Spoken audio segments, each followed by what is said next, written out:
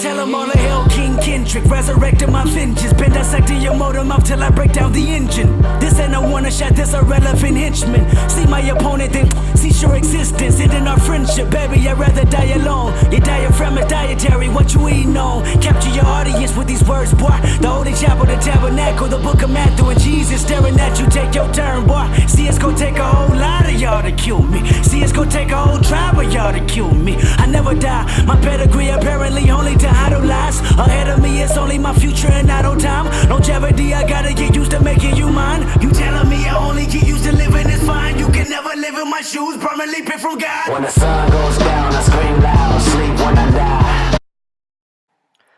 Blessed, strong, highly favored, that is the name of my channel. Welcome back, athletes. I'm Ryan Hughes. I make changes to your off-season regimen and you reap the benefits. Thanks for tuning in. It is Monday, January 27, 2020.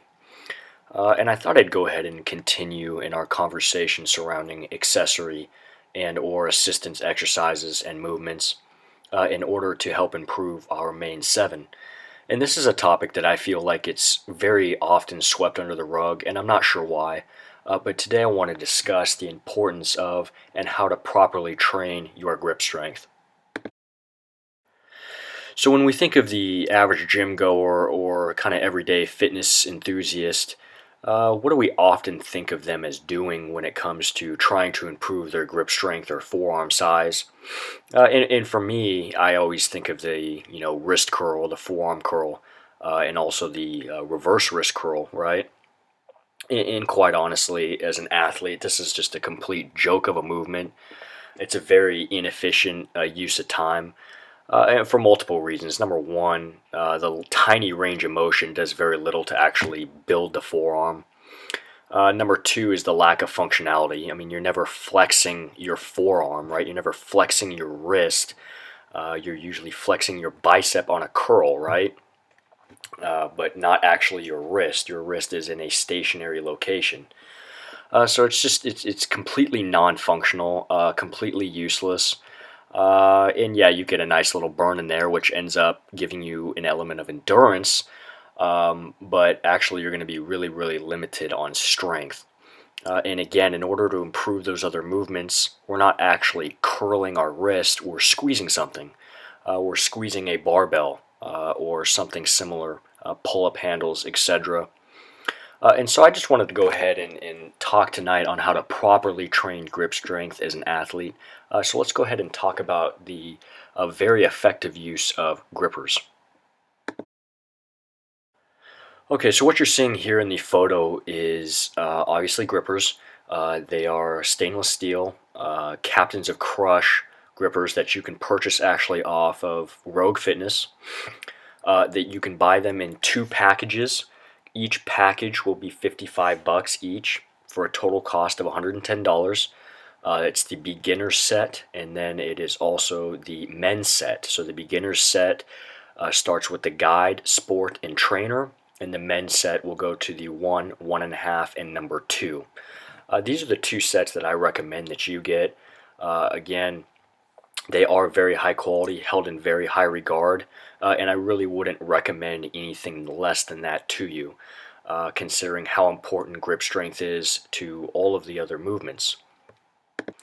And the primary reason for the importance of grip strength is really due to the fact that if you're able to grip something or squeeze something harder, you are actually able to recruit more muscle fiber in the other muscle groups. There's a very strong neurological connection between grip strength and actually very specifically the shoulders, and so people really underestimate the importance of grip training in overhead movements, in bench pressing, and of course with your pulling motions, obviously. Your pull-ups, again, you're going to want strength and endurance for that. Your deadlifts, whether you're training volume or low-end strength training, it would be very silly and nonsensical for an athlete to simply be limited by his grip strength when all of these other muscle groups are strong enough to complete the movement, but his grip cannot handle the weight, his grip gives out, and that's going to be very true for the power clean as well. And so I'm going to show you guys how to properly train grip strength to get the most optimal results using these grippers. And I actually perform these in my garage. So the gym is about 15 minutes from my house. So I'll go perform an upper body workout. I'll give my forearms and grip a rest on the way home. And then I actually immediately, when I pull into the driveway, I set up my station and I perform these exercises in my garage. And I'm going to show you a clip of that tonight using the tempos. So real briefly, I thought I'd show you how I set up. So I just go ahead and grab a camping chair. I plop down. I put the gripper in my working hand, hand completely open when I start. And then I place my non-working hand behind my back. It's just a silly psychological trick that I use to make sure that I'm only focusing on that hand alone. Okay, so here's a clip of me obviously performing the training.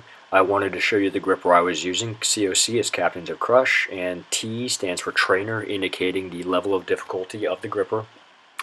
So as you can see, I go ahead and place my non-working hand behind my back. I always start on my weak hand. I'm left-handed, so I start with my right.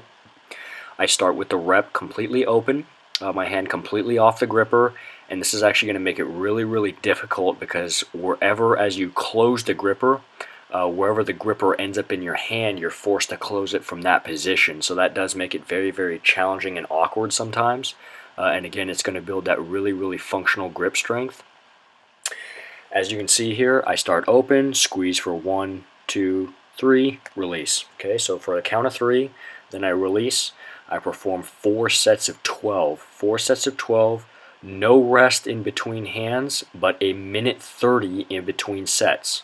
So I do my right, then I do my left, then I start the timer. Okay, that's how it'll look. Again, I perform these after some of my upper body days.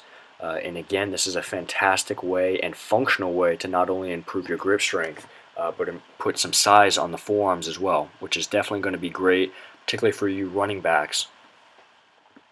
So I appreciate you guys watching.